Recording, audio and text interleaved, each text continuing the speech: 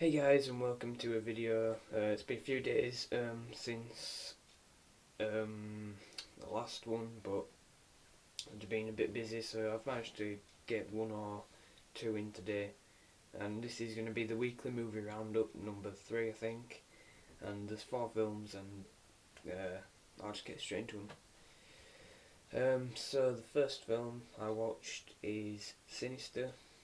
Now I've seen this film before, and I absolutely enjoyed it the first time. The second time, I enjoyed it just as much. I think it's a really good horror film. Um, really well done. It's not original per se, but it is something different. If you know what I mean. I mean, if you've seen it, it is something different than most horror films these days. And I really enjoyed the storyline. I think it was really well done, really well acted, and yeah, really good film. And I'm sure a lot of people have seen it, but if you haven't seen it, check it out. So yeah, that's Sinister. I'm gonna give it a 86%, just because it's really good. I mean, it's nothing amazing and groundbreaking, but it is really well done, really entertaining, and I think it's one of my favourite horror films of recent times, at least. um, Next film I watched is Due Date, and yeah, this is a film that I wasn't expecting to love, but when I watched it, I've just really enjoyed it so much more than I was expecting. It's Robert Downey Jr. and Zach Galifianakis, I think. Um, and yeah, basically Robert Downey Jr. is trying to get to his wife because she's pregnant and due to have a baby, and he gets thrown off the plane because of Zach Galifianakis, and so he offers to drive him there, and it's basically their travels. It's pretty funny. I mean, it's not hilarious, but it is funny, and I think Robert Downey Jr. has shown he can act in comedy as well as serious roles. So yeah, I enjoyed it more than I was expecting. I was expecting kind of like Horrible Bosses, which is where I was hoping for something and I got something else, but this actually delivered in my opinion.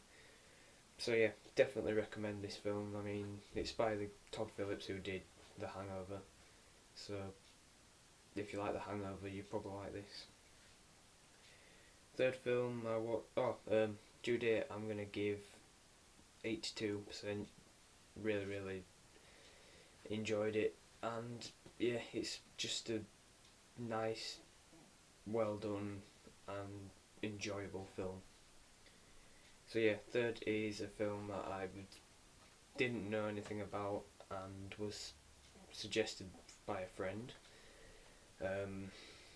I basically said, I lent him a film, and he said he'd lend me a film, and I said I'll let him choose something because we have a bit of similar film taste, so I let him pick one, and I'd never even heard of it. It's Fracture. Has Anthony Hopkins and Ryan Gosling, and it's a detective court drama. I think that's what it's called, and Ryan Gosling plays a lawyer. I think, I don't know if he's a lawyer or something. It's got another name, I'm not sure. But Anthony Hopkins kills his wife, or it looks that way, and he kind of like plays it in a way that means that Ryan Gosling's character looks bad, and he eventually gets away with it, but Ryan Gosling delves deeper, and I'm not going to spoil it, but it gets really interesting from there. For a blind watch, absolutely fantastic film. It's probably in my top 50, probably. So probably twice, but yeah. Yeah, I really enjoyed it, and Ryan Gosling, it's nice to see him in a role, because I've only seen Only God Forgives and Drive with him in. I have Crazy Stupid Love, as you saw in the update video, and I'm really interested to watch The Ides of March, because it's more. It's a similar kind of role, if you know what I mean. I mean, it's political, but this is more. It's a serious role basically, and yeah, it's proven to me that he is a very, very talented actor. Now, I'm gonna give Fracture 90%. Absolutely loved it, and the performances were fantastic, that I have to say. And the last film is what James Merchant's probably been waiting for me to give my opinion on, and it's Waking Fright. I finally watched it about, I think it was Tuesday. That's what I lent my mate anyway, and yeah, I watched it. I I have to say it's a very, very well made film. I can see why James Merchant speaks so highly of it, because it is really, really good. But I it was done, I think it was in the same year as A Clockwork Orange, or at least around the time. And I've seen A Clockwork Orange, and I personally think this is more disturbing, um, because it features kangaroo hunting, but they actually used real hunting footage from professionals in the film, which it was really quite a disturbing scene. Yeah, I mean, that's the best I can put it. I mean, it wasn't to the point of, oh, I can't watch this film, but it was kind of hard to watch. But yeah, I think it's really good. It's got a lot of psychological elements to it. The main character, played by, I think it's Donald Pleasance, goes through a lot in this film. And yeah, I'm not going to talk about the storyline or whatever, because I'll link James Merchant's review slash in-depth on it, so you can check for yourself, because that is a really good review. But yeah, I really did enjoy it. So I'm going to give Waking Fright an 85%.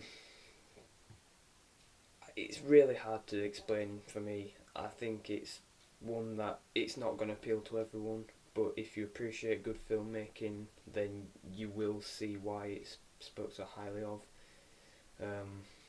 And yeah, I can see every single point that James Merchant put in his review of it. So yeah, that's this weekly movie roundup. As you've probably guessed, these aren't going to be a specific date, it's just going to be sometime in the week. So yeah, and I haven't been doing many videos this week because I've been playing GTA 5 online, because I've finally been able to do it, which, call me a nerd, but there you go. So yeah, I'll try to do more videos anyway, and I might do a TV shows I'm watching video, because I've worked out that I'm watching like 10 shows all together at the same time, and yeah, so I might do that. But like and subscribe, and let me know if you've seen any of these films and what you thought, and I will see you guys in another video.